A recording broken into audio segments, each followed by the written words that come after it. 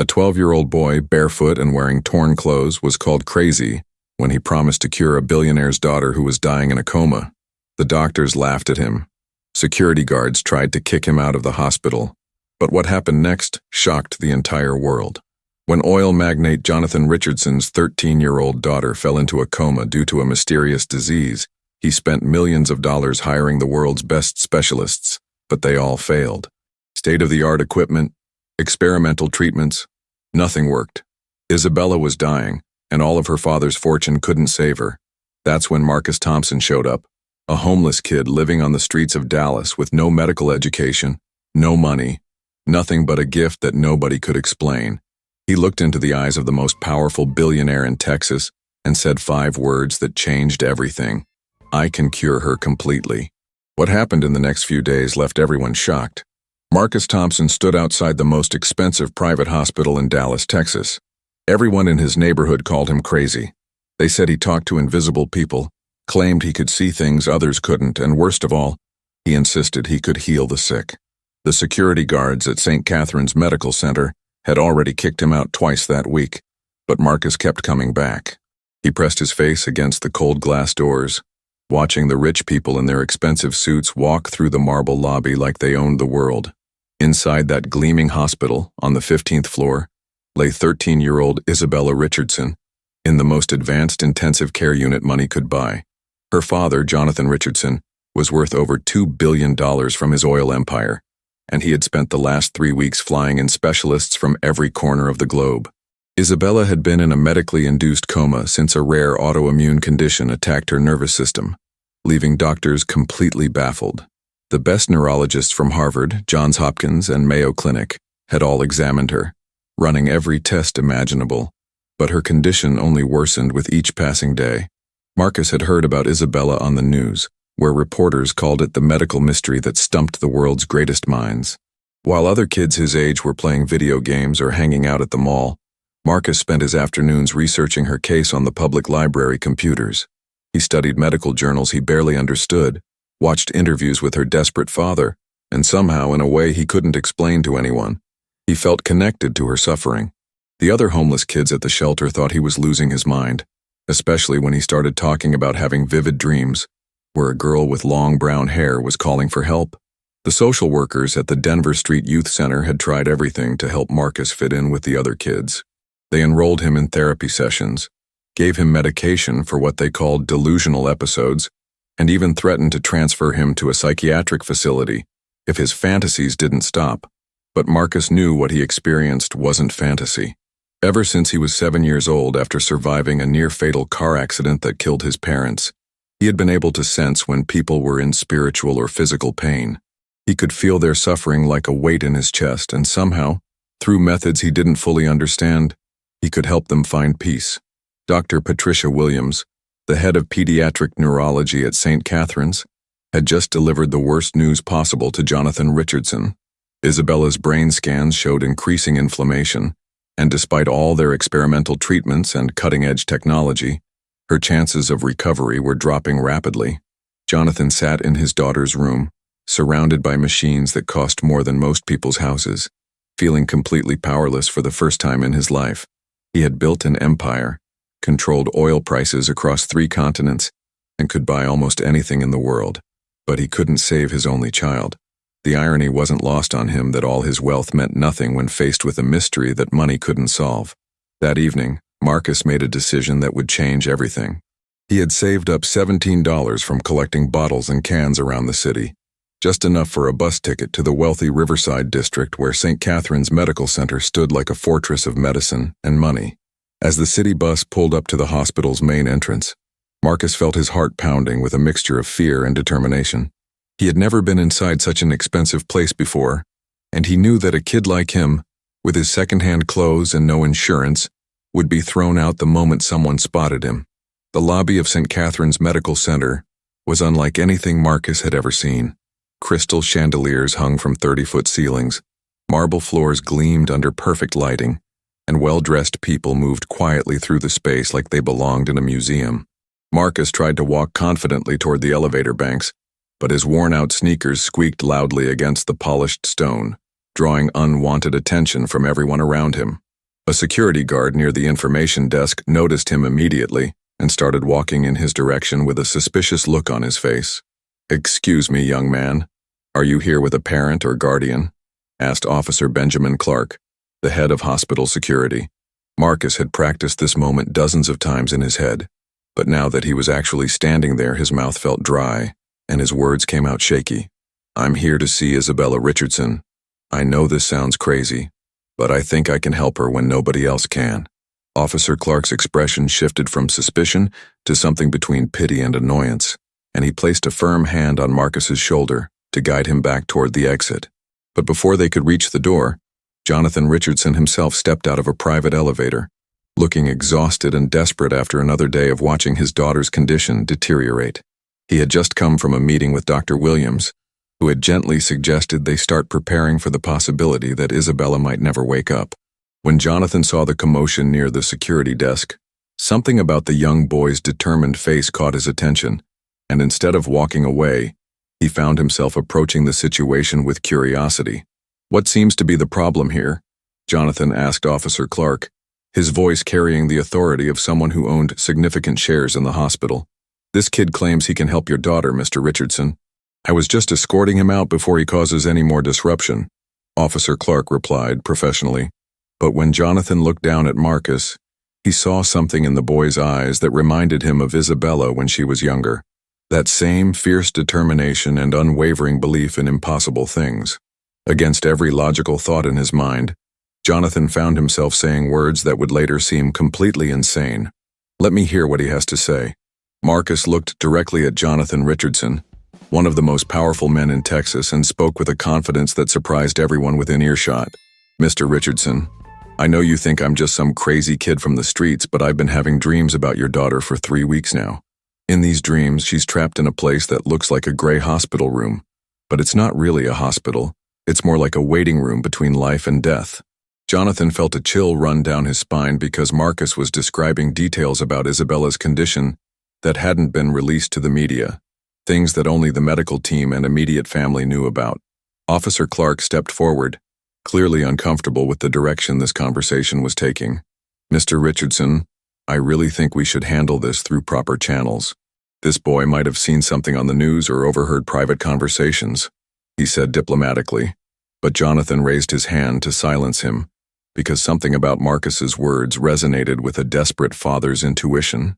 The expensive specialists had been treating Isabella's body, but none of them had addressed what Jonathan secretly feared, that his daughter was spiritually lost, somewhere between consciousness and death. "Tell me more about these dreams," Jonathan said quietly, ignoring the crowd of hospital staff and visitors who had gathered to witness this unusual scene. Marcus took a deep breath and continued. "She keeps telling me that she can hear people talking around her bed, but she can't figure out how to get back to them. The doctors are trying to fix her brain, but the problem isn't in her brain, Mr. Richardson. She's scared to come back because she doesn't think anyone really needs her here." These words hit Jonathan like a physical blow, because he realized how much time he had spent building his business empire instead of building a relationship with his daughter. Dr. Patricia Williams had been paged to the lobby when security reported the disturbance, and she arrived just in time to hear Marcus's extraordinary claims. As the head of pediatric neurology, she had seen desperate families grasp at every possible hope, from experimental treatments to miracle cures, but she had never encountered anything quite like this situation. "Young man, I appreciate your concern for our patient, but medical science doesn't support the kind of intervention you're describing," she said gently but firmly. "Isabella is suffering from a complex autoimmune condition that requires precise pharmaceutical management, not supernatural healing." But Marcus turned to Dr. Williams with an intensity that made her take a step backward. "Dr. Williams, you've been treating Isabella Richardson for 21 days now, and she's getting worse instead of better, isn't she? You increased her steroid dosage yesterday, added a new immunosuppressant on Tuesday, and you're planning to try plasmapheresis next week, because nothing else is working." Dr. Williams felt her professional composure crack slightly, because Marcus had just recited Isabella's exact treatment timeline with perfect accuracy, information that should have been impossible for him to know. The lobby fell completely silent as everyone waited to see how she would respond to this impossible situation. Jonathan Richardson made a decision that would have seemed unthinkable just minutes earlier. "Dr. Williams, I want to take this boy up to see Isabella. I don't care if it goes against hospital policy, and I don't care if it seems medically unsound. 3 weeks of conventional medicine haven't helped my daughter, so maybe it's time to try something unconventional. Dr. Williams started to protest, citing liability concerns and hospital regulations. But Jonathan's expression made it clear that this wasn't a request. It was a directive from someone who had significant influence over the hospital's board of directors. As they rode the elevator to the 15th floor, Marcus felt overwhelmed by the luxury surrounding him. The elevator walls were covered in real wood paneling. Soft, classical music played from hidden speakers, and everything smelled like expensive cleaning products instead of the harsh disinfectants he remembered from the public hospital, where he had recovered after his parents' accident. Jonathan watched Marcus carefully, trying to figure out whether he was dealing with a gifted child or a delusional one. But something about the boy's calm demeanor in such an intimidating environment impressed him despite his skepticism. The intensive care unit at St. Catherine's Medical Center looked more like a high-end hotel suite than a traditional hospital room. Isabella lay in the center of a king-sized medical bed, surrounded by monitoring equipment that probably cost more than most people earned in a year. Her long brown hair was spread across silk pillowcases, and her breathing was assisted by a ventilator that made soft, rhythmic sounds. Marcus approached her bedside slowly, and for the first time since entering the hospital, he looked nervous and uncertain about what he was supposed to do next. "She's beautiful," Marcus whispered, looking at Isabella's peaceful face. "But she looks so tired, like she's been fighting something for a really long time." Jonathan felt tears welling up in his eyes, because that was exactly how he had been thinking about his daughter's condition. The medical team had been focusing on inflammation markers and immune system responses, but they had never acknowledged the emotional and spiritual exhaustion that seemed to emanate from Isabella's unconscious form. Marcus gently placed his small hand on Isabella's forehead, and immediately the room's atmosphere seemed to shift in a way that everyone present could feel. Dr. Williams watched her monitors carefully, expecting to see some kind of physiological response to Marcus's touch, but initially, all of Isabella's vital signs remained exactly the same. However, after about 30 seconds, something unprecedented began to happen. Isabella's brainwave patterns, which had been erratic and chaotic for weeks, suddenly began to show signs of organization and coherence. Her heart rate, which had been artificially elevated by medications, started to normalize without any medical intervention. Dr. Williams stared at her equipment in disbelief, because these changes were happening in ways that contradicted everything she understood about Isabella's condition. Marcus closed his eyes and began speaking to Isabella in a voice so soft that everyone in the room had to lean forward to hear him. "Isabella, I know you're scared and confused about where you are right now. You're stuck in that gray place I've been seeing in my dreams, aren't you? It feels safe there because nobody can hurt you or disappoint you, but it's also lonely because you can't touch the people who love you." Jonathan felt his breath catch in his throat, because Marcus was describing feelings that he suspected Isabella might be experiencing, emotions that no medical test could detect or measure. "Your dad is here with me right now," Marcus continued, still holding his hand on Isabella's forehead. "He's been sitting by your bed every single day, reading you stories and playing your favorite music, even though the doctors told him you probably can't hear him. But you can hear him, can't you? You just don't know how to let him know that you're listening." Suddenly, one of Isabella's fingers twitched slightly, such a small movement that only someone watching very carefully would have noticed it. Dr. Williams immediately checked her neurological monitoring equipment, but there was no medical explanation for voluntary muscle movement in someone with Isabella's condition. The next thing Marcus said shocked everyone in the room, including Jonathan.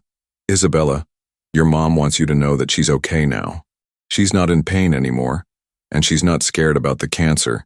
She told me to tell you that dying wasn't your fault, and she doesn't want you to follow her there just because you miss her so much."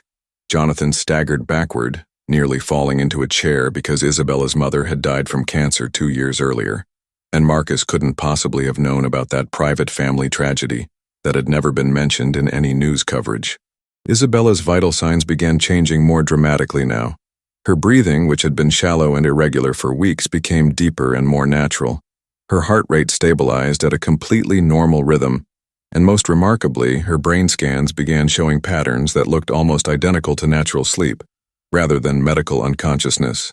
Dr. Williams found herself in the unprecedented position of witnessing medical improvements that had no scientific explanation, changes that were occurring in direct response to the words of a 12-year-old boy who had no medical training whatsoever. "How is this possible?"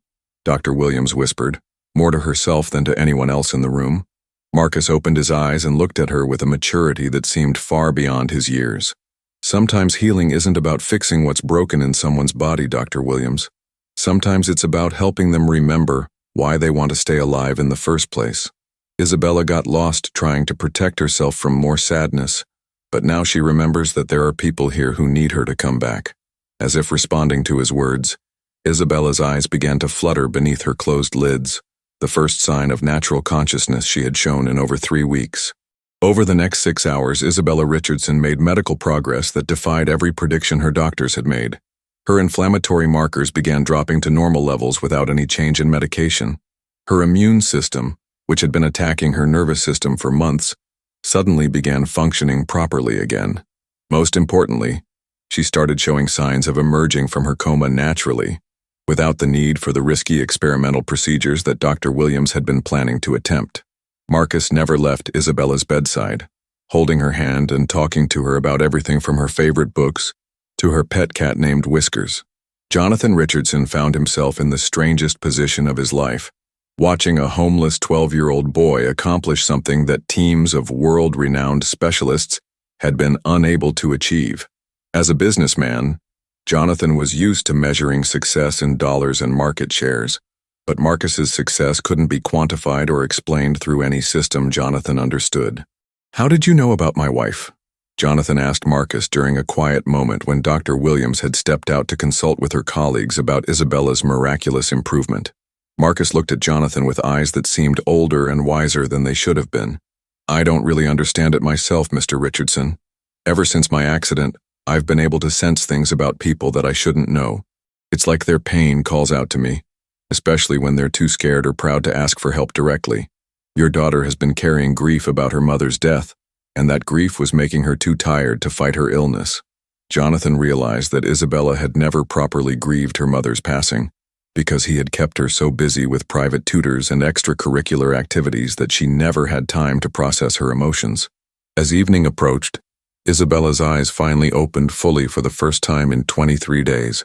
Her vision was initially blurry and unfocused, but when she saw Marcus sitting beside her bed, she smiled weakly and whispered something that made everyone in the room freeze. "You're the boy from my dreams.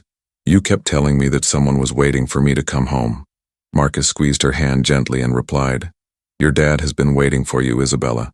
He's been here every single day, and he has so many things he wants to tell you that he never said before." Dr. Williams called in her entire team to examine Isabella, and every test confirmed what seemed medically impossible.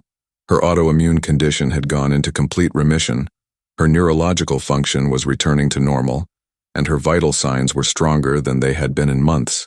The medical team spent hours trying to find a scientific explanation for Isabella's recovery, but eventually they had to admit that something beyond their understanding had occurred in that hospital room. Word began spreading throughout St. Catherine's Medical Center about the miracle boy, who had somehow cured an incurable patient. By the next morning, news reporters had gathered outside the hospital, wanting to interview the mysterious child healer who had accomplished what millions of dollars in medical treatment couldn't achieve. But when security went to find Marcus, he was nowhere to be found. He had disappeared sometime during the night, leaving behind only a handwritten note on Isabella's bedside table that read, "Some people are meant to be bridges between this world and the next. Thank you for letting me help. Take care of each other. Marcus." Neither Jonathan nor Dr. Williams ever saw Marcus Thompson again, despite spending months searching for him throughout Dallas and beyond. Isabella's recovery continued at a pace that amazed her entire medical team. Within a week, she was walking around her hospital room without assistance. Within 2 weeks, she was reading books and asking for her favorite foods. Within a month, every trace of her autoimmune condition had vanished completely, leaving her doctors with no choice but to classify her case as spontaneous remission, even though they knew that term didn't adequately explain what had actually occurred. Isabella remembered every detail of her conversations with Marcus, both in her dreams and during her emergence from the coma, but she seemed to understand intuitively that he was someone special who couldn't be found through ordinary means. Jonathan Richardson underwent his own transformation during Isabella's recovery period. For the first time in years, he began spending entire days away from his business empire, choosing instead to sit with his daughter and have conversations they should have had years earlier. They talked about Isabella's mother, about their shared grief, and about how Jonathan's workaholism had been his way of avoiding the pain of loss. Isabella, wise beyond her 13 years, forgave her father for his emotional absence and helped him understand that healing their relationship was just as important as healing her medical condition. The story of Isabella's miraculous recovery spread far beyond Dallas, reaching national news networks and medical journals around the world. Doctors from prestigious universities requested copies of her medical records, hoping to understand how such a complete remission could occur so rapidly. Religious leaders claimed it as evidence of divine intervention, while skeptics argued that Isabella's original diagnosis must have been incorrect. But Dr. Patricia Williams, who had witnessed everything firsthand, knew that neither scientific nor religious explanations could fully capture what she had seen in that hospital room. 3 months after Isabella's recovery, Jonathan Richardson made a decision that shocked the business world. He announced that he was selling 60% of his oil empire and using the proceeds to establish the Thompson Foundation for Pediatric Healing, a non-profit organization dedicated to providing free medical care for children whose families couldn't afford expensive treatments. Isabella suggested the foundation's motto, "Sometimes healing comes from the most unexpected places." They never publicly revealed Marcus's full story, wanting to protect his privacy, but they made sure his impact would help thousands of other children in the years to come. Isabella returned to school with a new perspective on life and a deep appreciation for every ordinary moment that she had previously taken for granted. Her classmates noticed that she had become more compassionate toward kids who were different or struggling, and she often volunteered to help students who were dealing with family problems or health issues. Teachers remarked that Isabella seemed to have an unusual ability to sense when someone needed encouragement, and she became known as the girl who could make anyone feel better just by listening to them with genuine care and understanding. 1 year after her recovery, Isabella convinced her father to take her back to the neighborhood where Marcus had lived, hoping they might find some trace of the boy who had saved her life. They visited the Denver Street Youth Center, but the social workers there told them that Marcus Thompson had aged out of their system months earlier and had simply vanished without leaving any forwarding information. Some of the other homeless teenagers remembered Marcus as the weird kid who claimed he could talk to spirits, but none of them had seen him since the week Isabella had awakened from her coma. Isabella and Jonathan spent the entire day walking through the areas where homeless youth typically gathered, showing Marcus's photo to anyone who would look at it. They visited soup kitchens, public libraries, and abandoned buildings where street kids sometimes took shelter. A few people remembered seeing Marcus around the city, but everyone agreed that he had disappeared completely sometime in the late spring. One elderly woman at a downtown shelter told them, "That boy was special, different from the others. He helped a lot of people around here, but he never stayed in one place very long. It was like he knew when it was time to move on."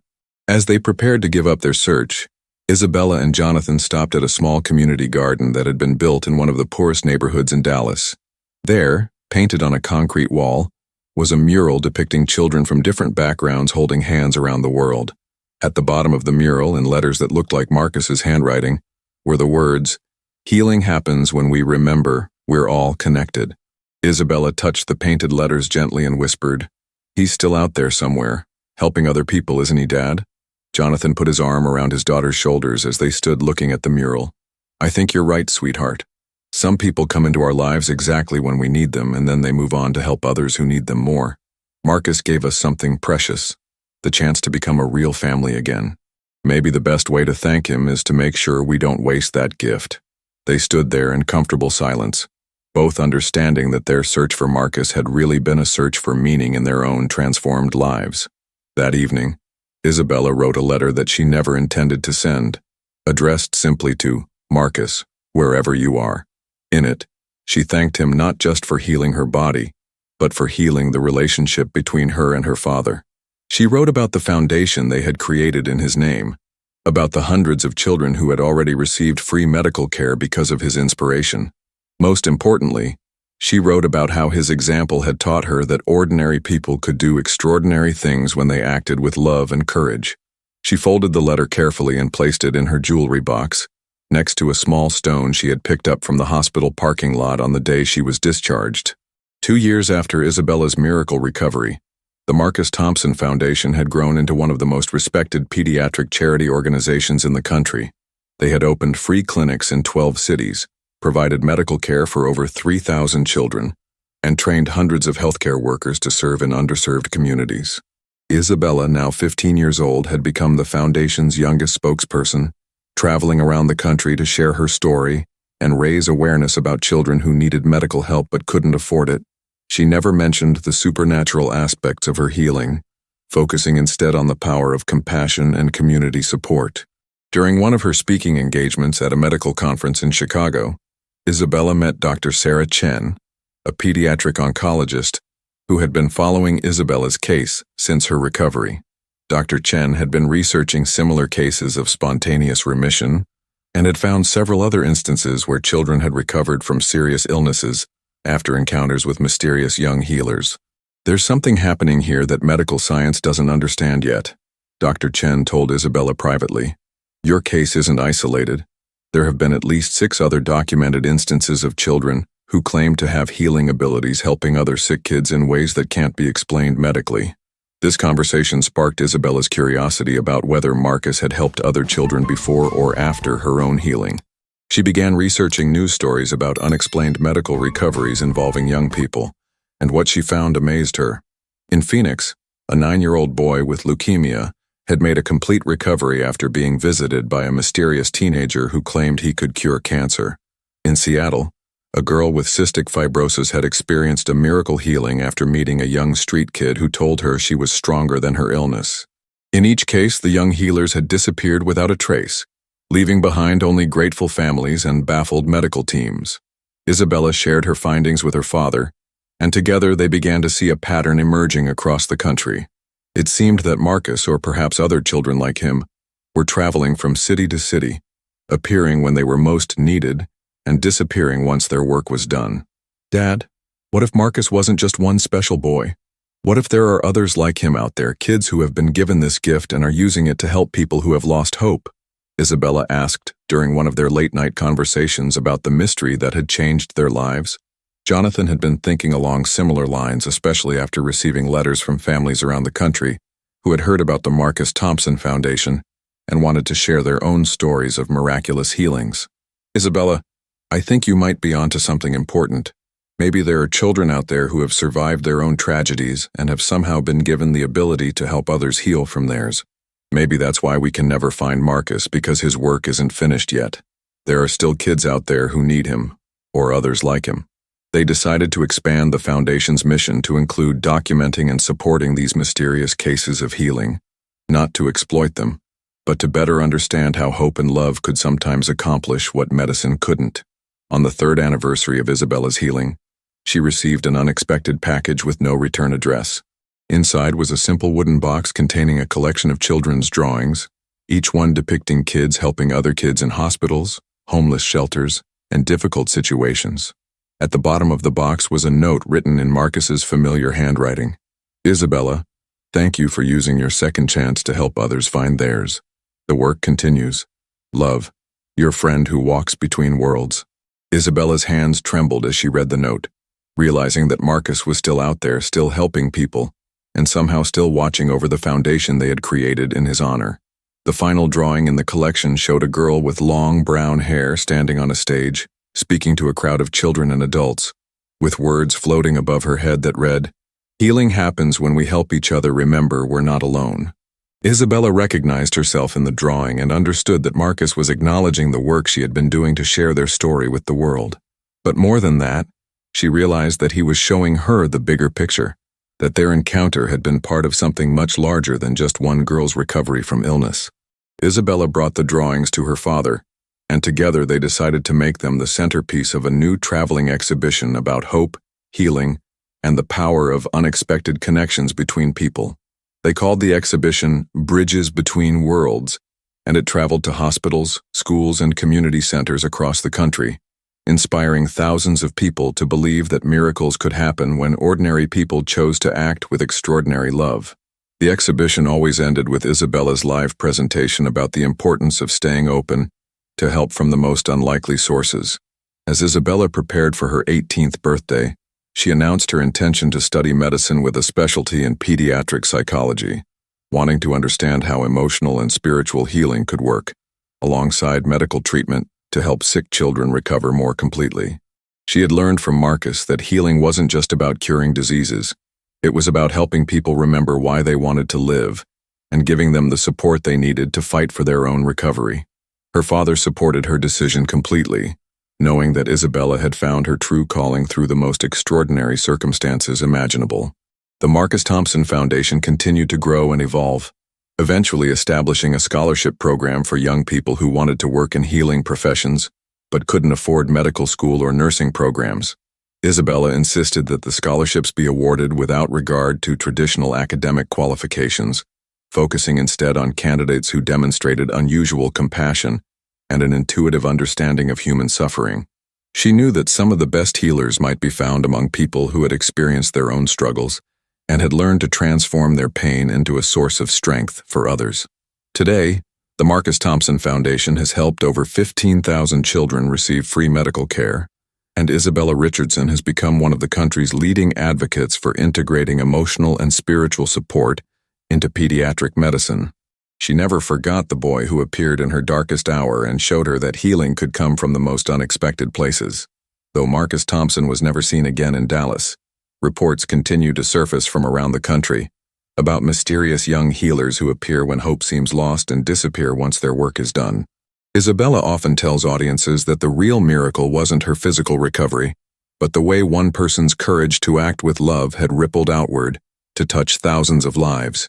She learned that we don't have to be wealthy or powerful or medically trained to make a difference in someone's life. Sometimes all it takes is the willingness to reach out to someone who is suffering and remind them that they are not alone in their struggle. The story of Marcus and Isabella proves that extraordinary things can happen when we remain open to help from unexpected sources, and when we choose to use our own healing to help others find theirs. In a world that often feels divided and hopeless, their story reminds us that there are still bridges being built between hearts, minds, and souls by people who refuse to accept that any situation is truly hopeless.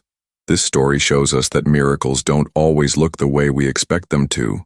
Sometimes they come in the form of a scared, dirty kid who nobody believes in, but who has the courage to offer help when everyone else has given up. Marcus Thompson may have disappeared from sight, but his legacy lives on in every child who receives free medical care through the foundation that bears his name, and in every family that learns to heal their relationships while fighting for their loved one's recovery. The next time you see someone who looks different, who claims to have unusual abilities, or who offers help in ways that don't make sense to you, remember Isabella's story. Don't let prejudice or skepticism blind you to the possibility that healing and hope can come from the most unlikely sources. Sometimes the person who looks like they need the most help is actually the one who has been sent to help you. If this story touched your heart and made you believe in the power of unexpected miracles, please share it with someone who might need to hear it today. Leave a comment below telling us about a time when help came from an unexpected source in your own life. And don't forget to subscribe to our channel for more incredible true stories that will restore your faith in the goodness of humanity.